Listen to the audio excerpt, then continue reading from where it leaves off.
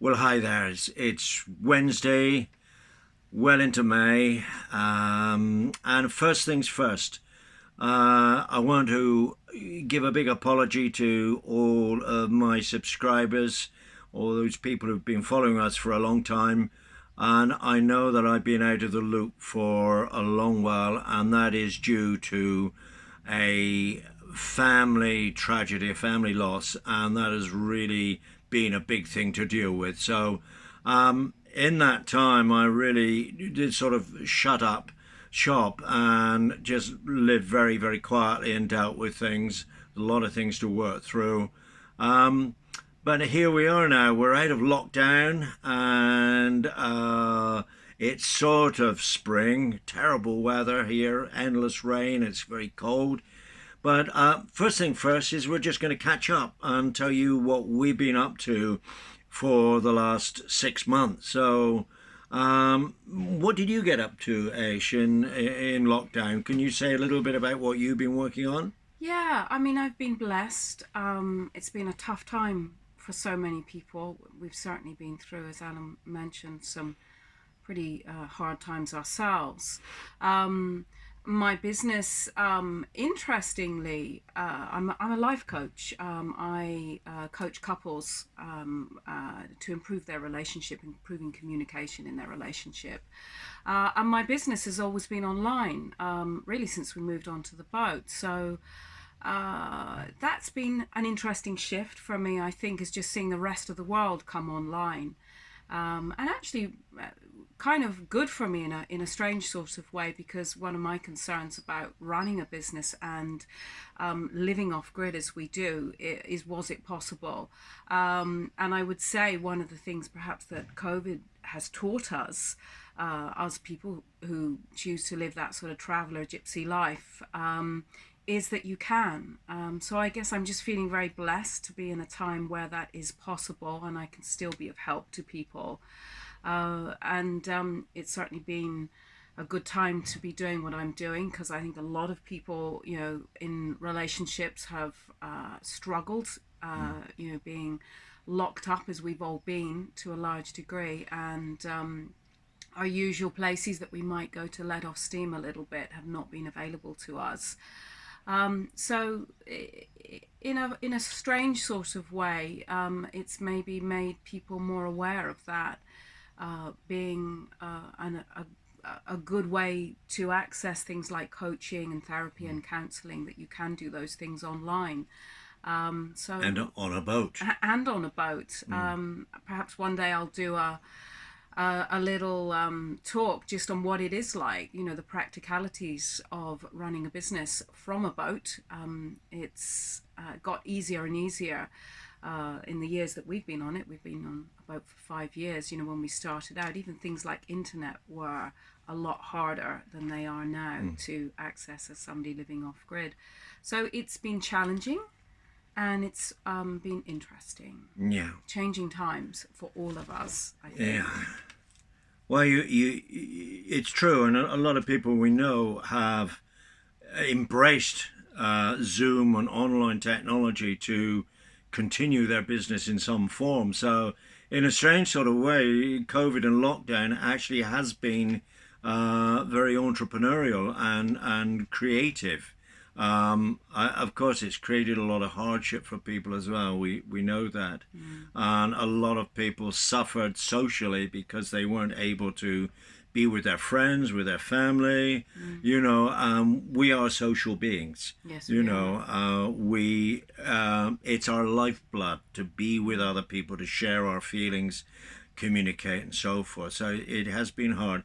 The other thing then for myself, well, we've been on our boat now. We're well into our 5th year, and our aim has been from the get-go to be as self-sufficient as possible. So, quick update on our water filtration system. We were moored stationary for about 5 months, and we didn't have to go and get water once. Yeah. So it was really a godsend that having our water filtration. We're still using it and it's going fine.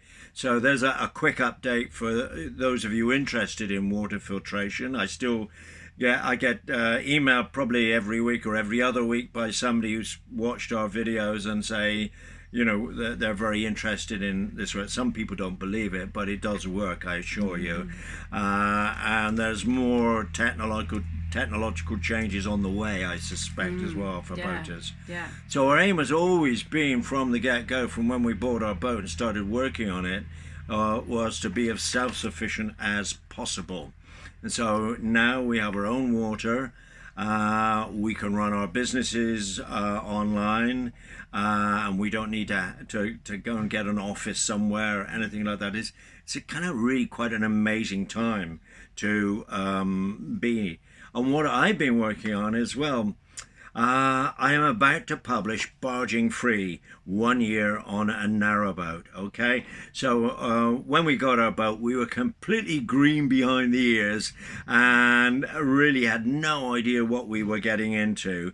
And so I kept a record every day, like a diary, and I wrote down everything, and I thought, well, it'd be quite interesting to write this up as a novel. So it's an autobiographical novel about us finding our boat, how we found it, and all the crap boats that we looked at.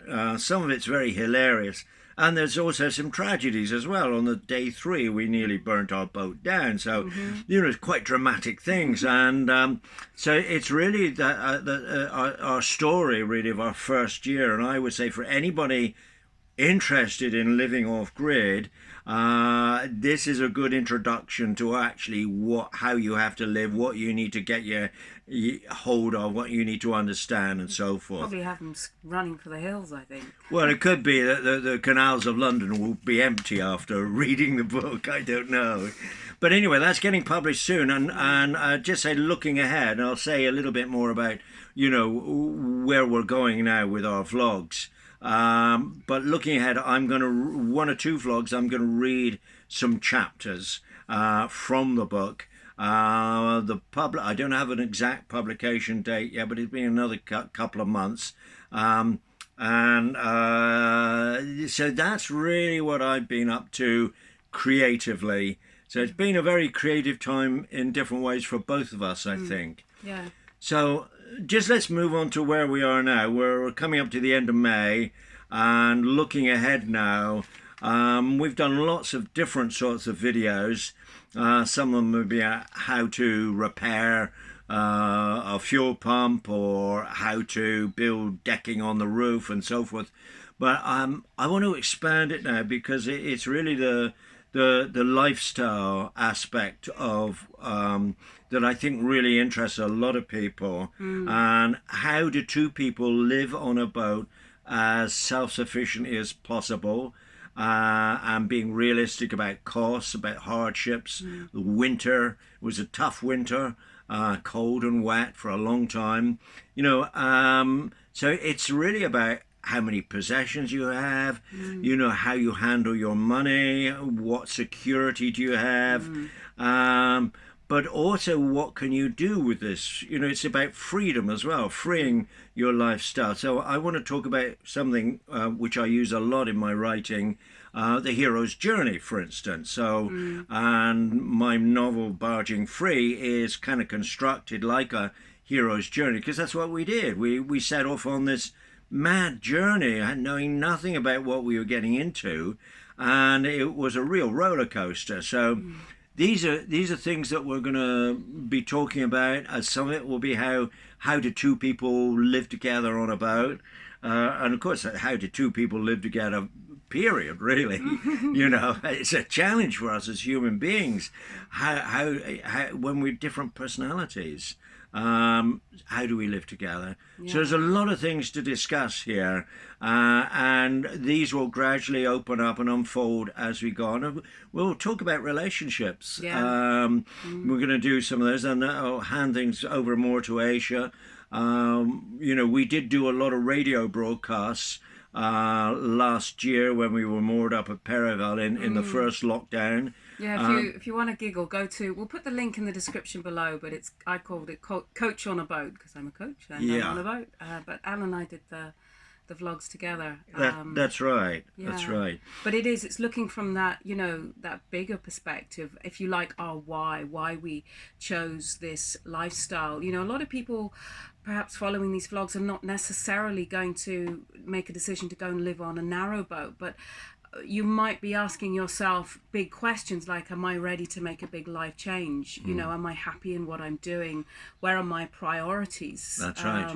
You know, you may be getting, you may have a great house or a good wage, but are you happy there, or are you wanting to sort of take a leap of faith perhaps, and do something different? So that's certainly our hope with our videos to come, that we can be inspiring for those out there who want more and are adventurers in life, and are looking to make sure that they have passion and meaning in what they are doing. They're actually living, not surviving. And I think that's one of our whys around why we pick this lifestyle, what it means for us. But of course, you don't have to be living necessarily on a narrowboat to do that. But I think some of the things, just some of the practical things that we have discovered in our life on, you know, perhaps how simply you can live, how self-sustainably you can live, so that you don't have to necessarily be pulling in that huge income, and you can focus on things that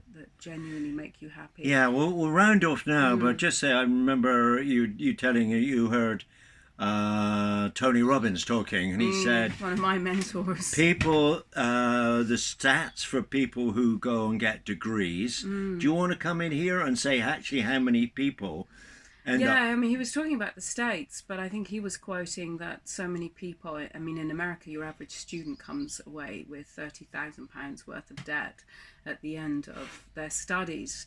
But what's also perhaps even more shocking is only about a quarter of those people will actually go on to do a career that's in the thing that they actually studied. And half of those people are happy in what they do. So we're kind of talking about, what, 12.5% of people who actually go on to do what they trained for at college or university, and are happy in it, which is quite interesting. What I take from that is how fast our lives are changing. A lot of what we took to be the way we live, we choose to live, whether it's where you study or where you live or what work you do. I think, you know, everything's so up in the air. It's been a hard time, a very hard time for many people, especially if you've had losses during that time.